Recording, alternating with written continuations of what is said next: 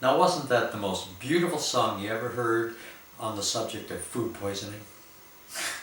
And now, let's return to the ramblings of Mr. Brendan Behan. But then we said more nor our prayers in the slums of North Dublin where I was born. Less than an ass's roar from Nelson's pillar. I come from the same area as Sean O'Casey, about whom I don't intend to say anything, for the simple reason that it would be like praising the lakes of Killarney, a piece of impertinence. As far as I'm concerned, all I can say is that O'Casey's like champagne. One's wedding night, or the aurora borealis, or whatever you call them, all them lights.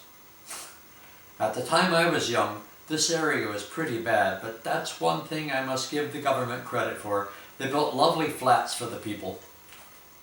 You wouldn't see anything in Dublin now like the slum parts of Westbourne Park in London, or some parts of Glasgow. Mind you, it was pretty bad while it lasted. I was born in a Georgian house that has gone to rack and ruin as a tenement, so I should know.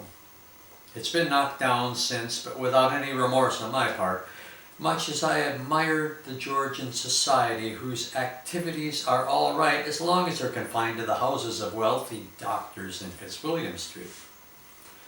Lovely gardens, estates the government built when they were clearing the slums, but somehow the people hated leaving where they had been reared and where they had reared their children. They had a social status in their way in those slums that was destroyed altogether when they were shifted to Crumlin or Kimmage and set down in terrace houses, mixing with God knows what muck from Irish Town, Ringsend, the Liberties, and other parts south of the Liffey. I remember when we got our notice to get moving, hearing one old one moaning to my mother, "Oh, Mrs. Behan, Jewel and darling, don't go out to Kimmage. That's where they ate their young."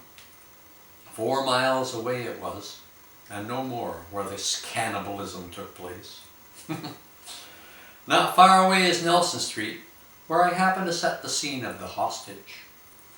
Most of the incidents in that play were taken from life, though needless to say I fiddled around a lot with them. Catch me leaving anything unembroidered. The incident of the British Tommy occurred actually in Belfast, but in real life I'm happy to say he wasn't shot. As a matter of fact, he said later that he spent the best 4 days of his life in the hands of the IRA. He was captured at a place called Ballykinglar Camp in County Down.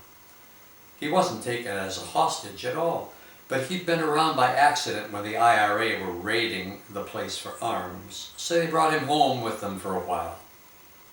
They kept him in a house on the Falls Road in Belfast, and he wasn't at all upset because he knew he wasn't going to be shot.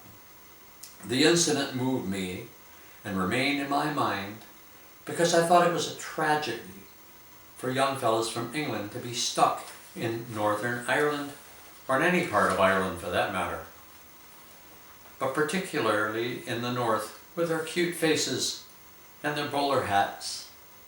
You might as well set any decent Tommy down in the environs of the Stock Exchange of London. He'd die of fright